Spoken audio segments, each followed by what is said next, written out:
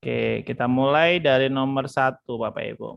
Nah, ini tujuan pembahasan adalah supaya Bapak Ibu tahu cara menganalisa soal, ya. Nanti Bapak Ibu bisa pelajari lagi, kemudian dikerjakan lagi. Oke, saya cek dulu betul ya ini ya nomor trial 1 soalnya seperti ini ya. Oke. Oke, kita mulai Bapak Ibu pembahasan kita. Betul, Ya, kita Pak. betul ya? Oke. Oke, kita mulai ya Bapak Ibu, kita analisa soalnya. Jadi Bapak Ibu tahu letaknya di mana. Jadi nanti kalau ada soal seperti ini lagi, Bapak Ibu tahu mengerjakannya dan menentukan jawaban yang benar. Kita mulai dari nomor 1. Bank Bintana merupakan sebuah bank yang bergerak dalam penyediaan KPR. Ya, Bintana KPR. Kemudian Bank Sabar Menanti merupakan bank yang bergerak di bidang corporate banking. Ya, corporate banking. Di dalam menggunakan model repricing ladder, maka pernyataan di bawah ini yang benar. Oke, kita kupas dulu soalnya. Ya, yang pertama adalah Bank Bintana retail, ya, retail atau membiayai retail. Ya, kata kuncinya kalau retail karakteristiknya adalah kontraktual dan behavioral. Ya. Kemudian yang kedua, Bank Sabar Menanti itu wholesale. Ya, wholesale karena korporasi di situ. Karakteristiknya kontraktual saja.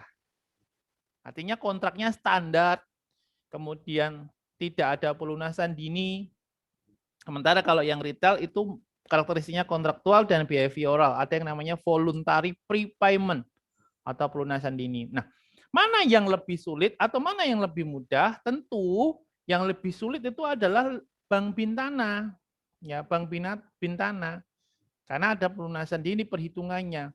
Saya kontraknya tidak standar dibandingkan dengan Sabar Menanti yang kontraknya standar. Jadi kalau kontraknya 10 tahun maka selesai 10 tahun. Sementara kalau Bintana kontraknya 15 tahun, behavioralnya bisa 10 tahun. Jadi Bank Bintana atau yang retail jauh lebih sulit dibandingkan dengan Bank Sabar Menanti yang bergerak di bidang wholesale. Gitu ya. Jadi nomor 1 jawabannya bravo Bapak Ibu. Oke, nomor 1 jawabannya bravo. Nomor 2. Oke, ini adalah pertanyaan tentang resiko pasar. Ya, ini adalah pertanyaan tentang resiko pasar. Untuk memenuhi persyaratan modal resiko pasar, di bawah ini merupakan kriteria yang harus dipenuhi. Ya, jadi kriteria yang harus dipenuhi untuk tier 3. Ya, sekedar mengingatkan saja, tier 3 hanya untuk mengcover resiko pasar. Ya, modal pelengkap tambahan di mana di dalamnya ada pinjaman subordinasi jangka pendek hanya untuk resiko pasar. Nah, tier 3 supaya bisa digunakan harus memenuhi 4 kriteria. Oke ya, kriteria. Apa saja kriterianya? Oke, kita buka satu persatu. Tidak dijamin atau unsecure, bersifat subordinasi dan telah di-store penuh. Opsi A betul. Ya. Oke, yang kedua, opsi B tidak dapat dibayar sebelum jatuh tempo, sebelum dijatuh tempo. Kecuali persetujuan pengawas, juga betul. Oke. Kemudian ada klausula lock-in. Ya, apa itu klausula lock-in? Klausula yang menyebutkan bahwa tidak boleh membayar pokok dan bunga jika dengan pembayaran tersebut rasionya di bawah modal minimum. Ya, di bawah modal minimum. Ini betul, di bawah modal minimum. Nah, kemudian yang opsi D memiliki jatuh tempo 3 tahun. Nah, ini yang salah. Harusnya berapa? 2 tahun. Jadi karena pertanyaannya kecuali Bapak Ibu, maka jawabannya adalah yang delta. Ya, jawabannya yang delta. Karena harusnya 2 tahun. Oke, nomor 2 jawabannya delta. Bapak Ibu. Oke, kemudian nomor 3 Bapak Ibu ya. Oke. Sifat khas dari komoditas. Kalau kita sudah ada kata kunci komoditas, otomatis ini adalah resiko pasar. Ya, resiko pasar. Nah, resiko pasar yang tidak ada pada instrumen keuangan lain adalah jadi begini. Kalau kita sudah membahas resiko pasar, ya di dalamnya ada yang namanya ya resiko pasar, di dalamnya ada beberapa faktor atau lebih lengkapnya ada 4 faktor di dalamnya. Ya, ada nilai tukar, suku bunga, ekuitas, komoditas. Ya, yang kita bahas ini adalah komoditas. Ya, barang perdagangan yang diperdagangkan di pasar sekunder. Nah, apa saja yang menyebabkan kenaikan harga komoditas? Ya, salah satunya adalah supply dan demand. Permintaan dan penawaran. Itu yang pertama. Yang kedua, biaya transportasi. Yang ketiga, biaya penyimpanan.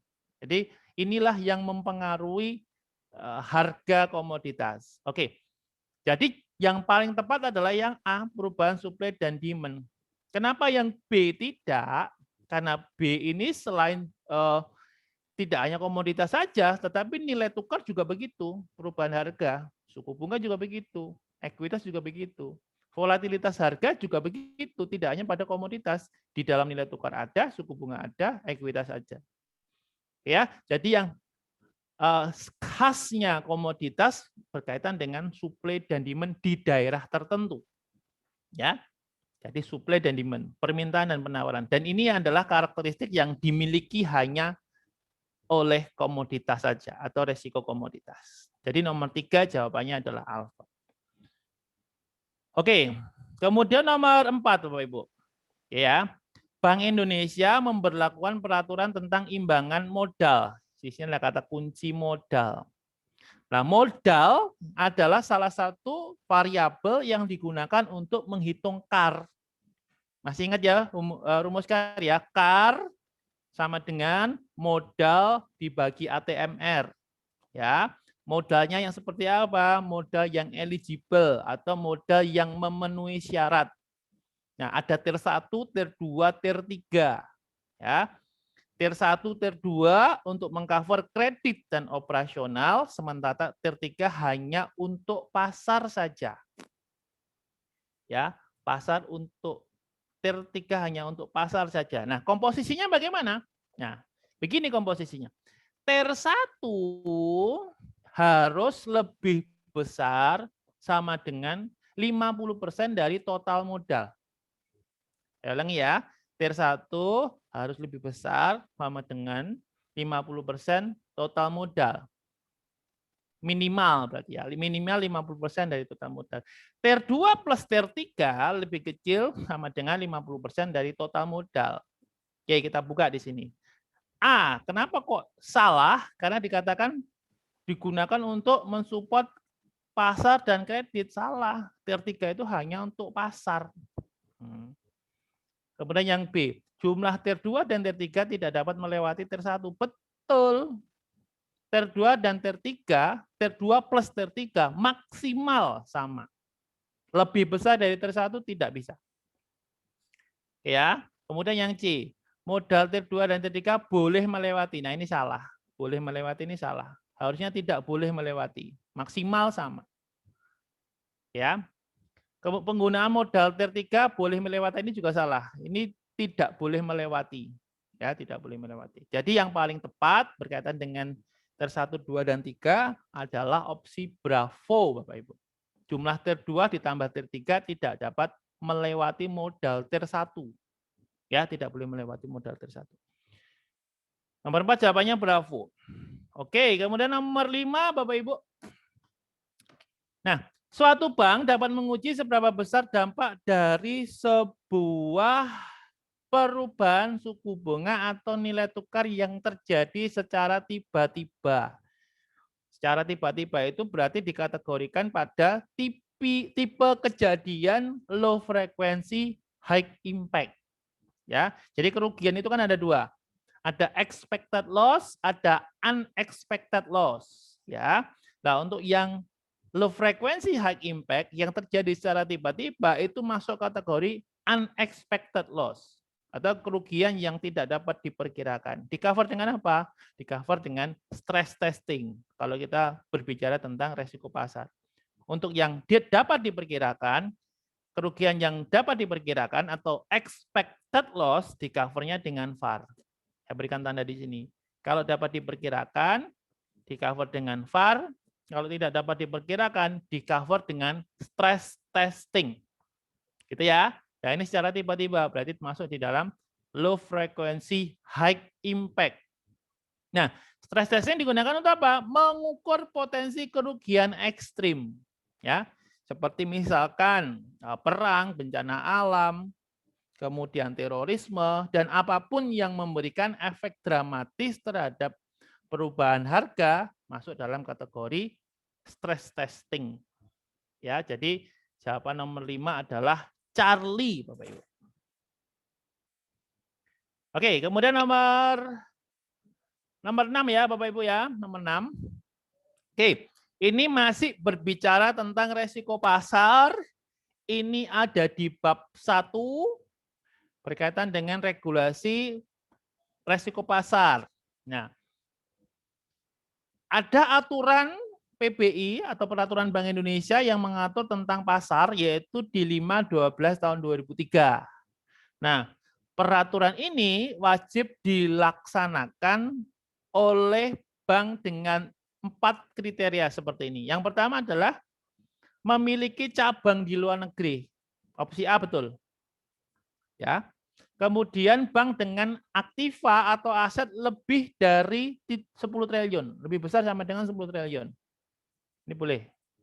Oke. Kemudian kalau bank non devisa, posisi surat berharganya 25M. Nah, kenapa kok ini salah? Karena di sini tuliskan 15M. Salah ini. Harusnya berapa? Seharusnya 25M. Ya, seharusnya 25M. Non devisa 25M. Kemudian yang D, devisa 20M betul. Ya, jadi kalau kita mau singkat lagi, kita membuat praktis lagi begini. Jenis banknya seperti apa?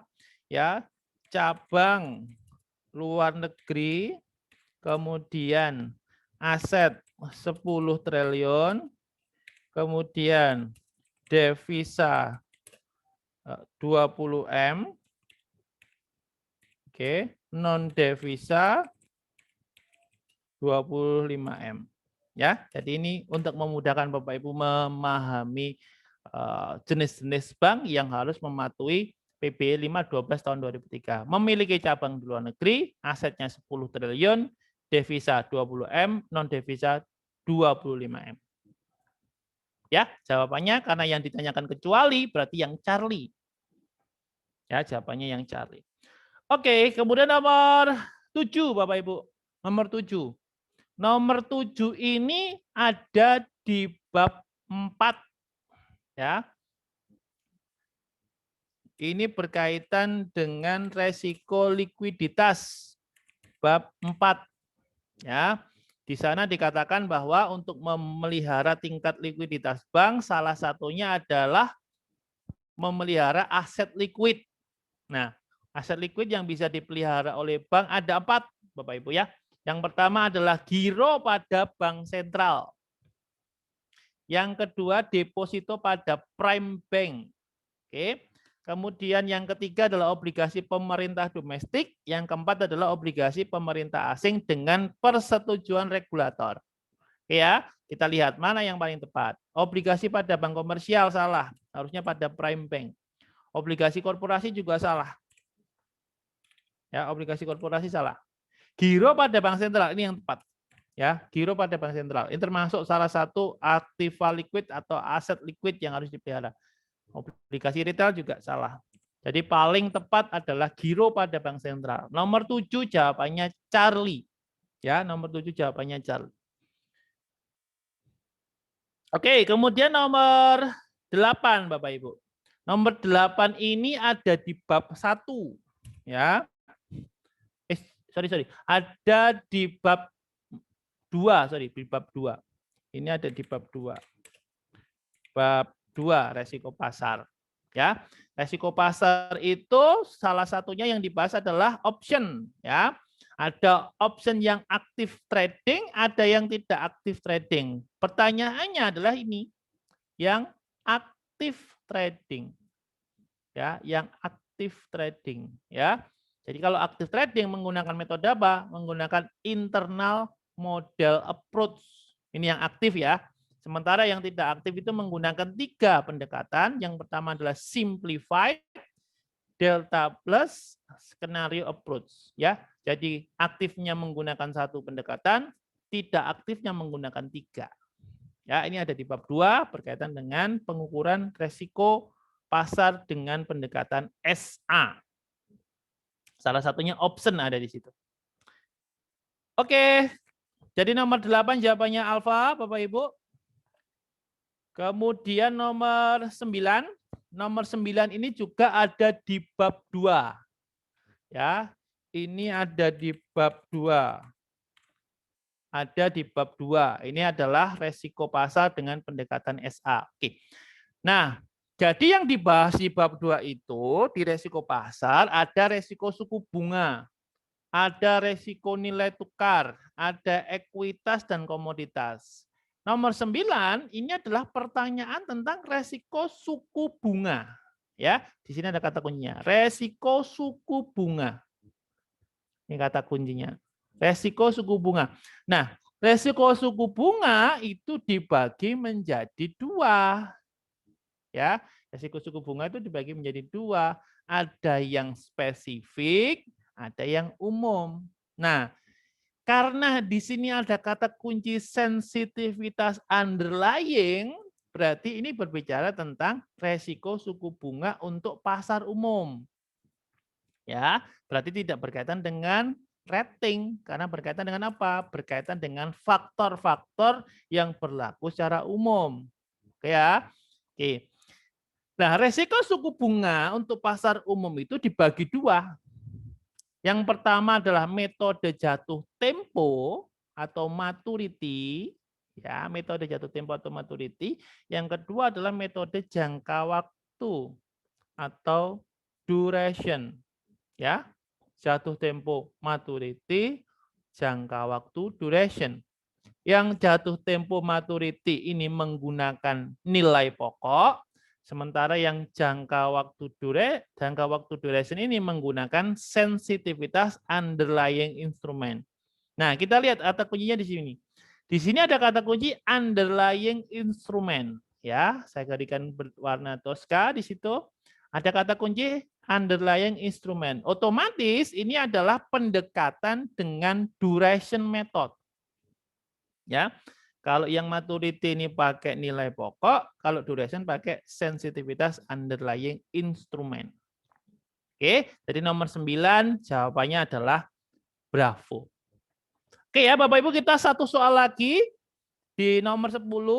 Setelah itu kita break makan siang. Setelah itu nanti kita lanjutkan jam 1 ya, waktu Indonesia Barat. Oke, kita masuk ke nomor 10, Bapak Ibu. Pernyataan manakah di bawah ini yang benar? Kata kunci yang pertama, manakah yang benar mengenai perhitungan resiko nilai tukar pada SA? Oke, kalau sudah ada nilai tukar, ada SA, Bapak Ibu perlu ingat bahwa pencatatan itu ada 2, portofolionya ada 2, trading book dan banking book. Oke, kita mulai dari yang trading book. Ya, trading book di dalamnya ada nilai tukar, suku bunga, ekuitas, komoditas. Ya, kemudian yang banking book ada 2. Banking book ada 2, nilai tukar dan juga komoditas. Oke ya. Karena pertanyaannya adalah nilai tukar, berarti nilai tukar itu dicatatkan di semua posisi. Ya, ada di trading, ada di banking begitu. Nah, ini nanti Bapak Ibu bisa digunakan sebagai acuan ketika menjawab pertanyaan terkait dengan SA, Bapak Ibu. Contoh, misalkan kalau pertanyaannya berkaitan dengan suku bunga, maka suku bunga hanya dicatat di mana? Di trading. Ekuitas dicatat di mana? Di trading saja. Sementara nilai tukar dan komoditas dicatatkan di semua posisi. Di trading ada, di banking juga ada. Begitu ya Bapak Ibu ya. Jadi jawabannya yang mana yang paling tepat ini? Dikenakan pada Semua posisi. Nah, ini kata kuncinya. Semua posisi. Maksudnya di trading ada dicatatkan, di banking juga dicatatkan. Ya, jadi nomor 10 jawabannya bravo Bapak Ibu. Oke, kita stop dulu karena kita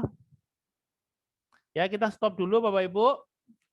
Karena waktu sudah menunjukkan menjelang pukul 12, Bapak Ibu waktunya untuk istirahat makan siang. Saya serahkan kembali ke Mbak Devi. Waktu dan tempat dipersilakan. Iya, baik. Terima kasih Pak Denny sudah menyampaikan pembahasannya. Tadi Bapak Ibu mudah-mudahan banyak yang betul tentunya ya. Jadi lebih banyak informasi dan juga jawaban-jawaban yang tentunya bisa membantu Bapak Ibu nanti mengerjakannya untuk lebih baik lagi.